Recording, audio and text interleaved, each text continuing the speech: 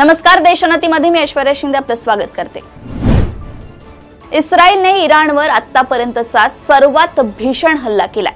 या हल्ल्यात इराणचे प्रचंड नुकसान झाले आहे। इराणचा अणु ऊर्जा प्रकल्प उद्ध्वस्त झालाय।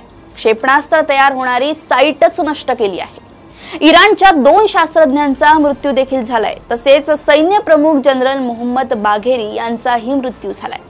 इस्रायलने ऑपरेशन रायझिंग लायन असे नाव या ऑपरेशनला दिले। दरम्यान इराणने इस्रायलच्या हल्ल्यात त्यांचा नतांज अणुप्रकल्प नष्ट झाल्याचे मान्य केले आहे। या प्रकल्पात इराण युरेनियम संवर्धन करत होता। युरेनियम संवर्धन करून अणुबॉम्ब बनवण्याचा इराणचा प्रयत्न होता। आता इस्रायलने इराणवर इतका भीषण हल्ला का केला असा प्रश्न उपस्थित झालाय। इस्रायलचे पंतप्रधान बेंजामिन नेतन्याहू यांनी इराणच्या आण्विक तळांवर हल्ला केल्यानंतर भूमिका स्पष्ट केली आहे। त्यांनी म्हटलंय की इस्रायलने काही वेळापूर्वीच ऑपरेशन रायझिंग लायन सुरू केले। इस्रायलच्या अस्तित्वाला इराणपासून धोका आहे, हा धोका दूर करण्यासाठी एक लक्ष्य ठेवून लष्करी कारवाई केली आहे।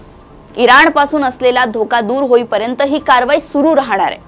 उल्लेखनीय बाब म्हणजे हल्ल्याच्या काही तासांपूर्वीच अमेरिकेचे राष्ट्राध्यक्ष डोनाल्ड ट्रम्प यांनी माध्यमांशी संवाद साधताना मध्य पूर्वेत भयंकर संघर्ष होण्याची भीती व्यक्त केली होती। ते म्हणाले होते की हल्ला लगेच होईल असे मी म्हणत नाही, पण हल्ला नक्कीच होऊ शकतो। इस्रायलचा इराणवर हल्ला कधीही होऊ शकतो याची अमेरिकन अधिकाऱ्यांना चिंता आहे। इराण आणि इस्रायलमध्ये तणावाची स्थिती निर्माण होत असल्याच्या पार्श्वभूमीवर ट्रम्प यांनी अमेरिकन नागरिकांना पश्चिम आशियातून परत येण्याची सूचना केली। इस्रायल डिफेन्स फोर्सेसने शुक्रवारी इराणमधील अनेक शहरांवर रात्रीच्या वेळी हवाई हल्ला केला। या हल्ल्यात इराणच्या 3 वरिष्ठ लष्करी नेत्यांना ठार मारल्याचा इस्रायलने दावा केला। इराणी सशस्त्र दलांचे प्रमुख, इराणच्या रिव्होल्यूशनरी गार्ड्स कॉर्प्सचे कमांडर आणि इराणच्या आपत्कालीन कमांडचे कमांडर हे सर्व ठार झाल्याचं इस्रायलच्या सैन्य दलाने म्हटलंय।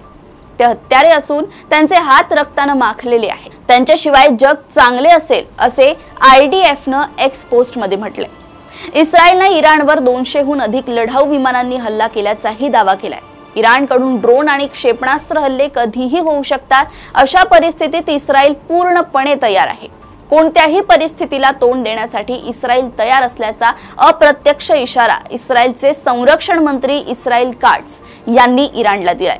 इराणवरील हल्ल्यानंतर इस्रायलमध्ये आणीबाणीची स्थिती जाहीर करण्यात आली आहे। इराणकडून आण्विक कराराचं पालन होत नसल्याचा ठराव आंतरराष्ट्रीय अणु ऊर्जा संस्थेने म्हणजेच IAEA केला होता। इराणने आण्विक कार्यक्रम वेगाने करण्याची घोषणा दिली असताना इस्रायलने ही कारवाई केली आहे। इराण आणि इस्रायलमध्ये क्षेपणास्त्र, ड्रोन हल्ले आणि सायबर हल्ले होऊन मध्य पूर्वेतील शांततेला सुरुंग लागण्याचा धोका आहे।